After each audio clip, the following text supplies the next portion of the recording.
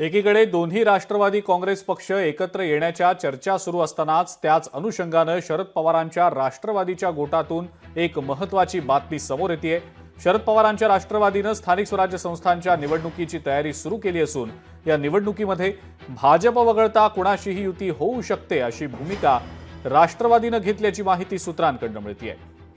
त्यामुळे आता युतीसाठी शरद पवारांच्या राष्ट्रवादी समोर अजित पवारांच्या राष्ट्रवादीचाही पर्याय खुला झालाय की काय असं दिसतं आहे। त्यामुळे निवडणुकांच्या पार्श्वभूमीवर दोन्ही राष्ट्रवादी काँग्रेस पक्ष एकत्र येणार का, पवार काका पुतणे निवडणुकांमध्ये एकत्र दिसणार का, या चर्चांना पुन्हा एकदा उधाण आलंय।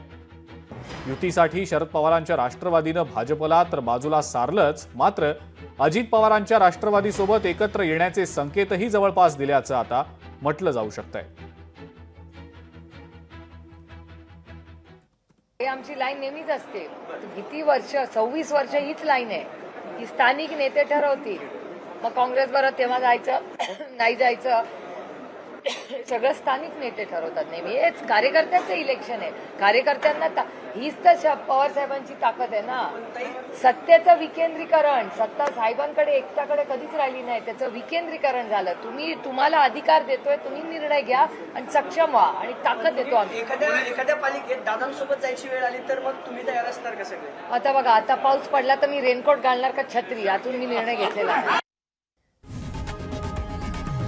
लोकशाही मराठी ऐका, पहा, जागरूक रहा।